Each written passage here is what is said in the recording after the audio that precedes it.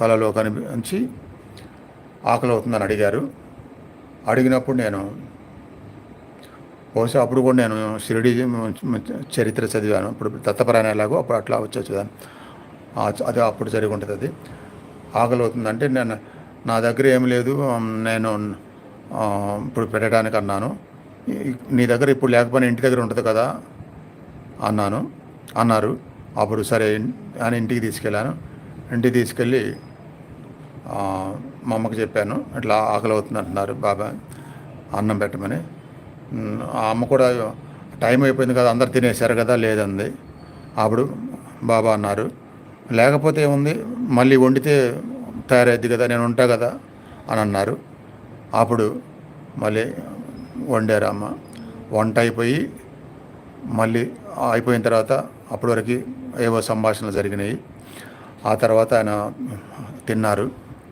అట్లా వండించుకొని తినే వరకు మామూలుగా అయితే ఎంత సమయం పట్టిద్దో అంత సమయం కళలోనే ఉన్నారు నాతో సంభాషిస్తూ.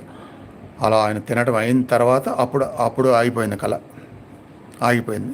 ఇదంతా అప్పుడు జరిగింది. ఇలా మీకు డిఫరెంట్ చెప్పాను. నిద్రలో, ధ్యానంలో కళ్ళు తెరిచినప్పుడు పూర్తిగా కళలో, ఆ తర్వాత రోడ్డు మీద డైరెక్ట్గా నడుస్తున్నప్పుడు ఇన్ని చెప్పాను కదా. ఇలాంటి అనుభవాలు నా చిన్ననాటి నుంచి ఇప్పటివరకు ఎన్నో ఉన్నాయన్నమాట. ఎన్నో ఉన్నాయి కాబట్టి నేను పూర్తిగా నమ్ముతాను. కాబట్టి ఆ నమ్మిన దానికి తగ్గట్టుగా, భగవద్గీతకి తగ్గట్టుగా నా బిహేవియర్లో కూడా అలాంటి మార్పులు కష్టమైనా సరే తెచ్చుకుంటూ, అలానే ఎన్నో అవర్స్ కష్టపడుతూ, ఎలాంటివి ఆశించకుండా ఎవరి నుంచి కష్టపడి గొప్పతనం, కష్టపడే సామర్థ్యం ఇవన్నీ వచ్చింది కూడా ఇలాంటి ఎన్నో నిదర్శనలు జరగబట్టే. జరగని వాళ్ళు అంత తొందరగా లైఫ్ను మార్చుకొని చేయలేరు అన్నమాట. జరిగినాయి కాబట్టే చేస్తాం. కాబట్టి నేను అందుకనే అంత స్ట్రాంగ్గా, నమ్మకంగా మీ అందరికీ చెప్తూ ఉంటాను. మీరు కూడా రెగ్యులర్గా ఉంటే లైఫ్లో అలాంటి జరుగుతాయి, మార్పులు వస్తాయి. జరుగుతాయి అనేది మీరు ముందే ఆశ పెట్టుకోవాల్సిన అవసరం లేదు. జరగకపోయినా మార్పులు మాత్రం వస్తాయి అన్నమాట. మంచిదే కదా.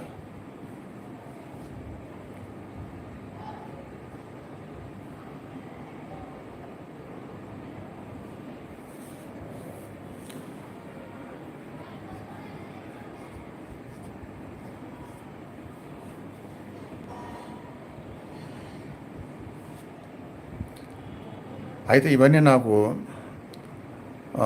నాకున్న ఆ నిబద్ధత, ఆ ఇష్టము, ఆ లక్ష్యము, ఆ తపన, ఆ సాధనలు చిన్నప్పటి నుంచే, అంటే బహుశా ముందు జన్మ నుంచి ఉంటాయి కదా.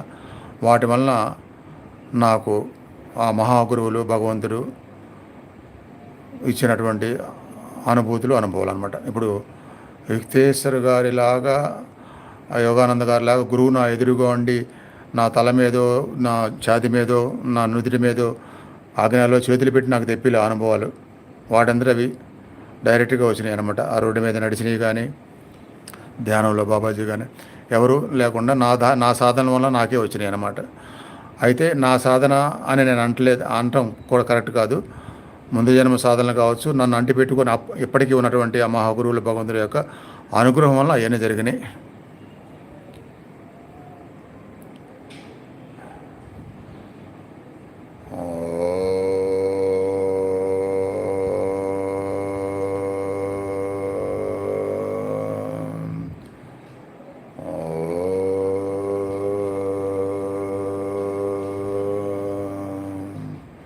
అయితే ఈరోజు సాధన గురించిన డౌట్స్, కంఫర్ట్స్, అన్కంఫర్ట్స్ ఒక ప్రవీణే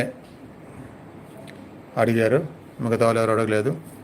బహుశా డౌట్స్ ఉండకపోవచ్చు, లేదా ఎవరు ప్రాక్టికల్గా చేసి ఉండకపోవచ్చు కొందరు.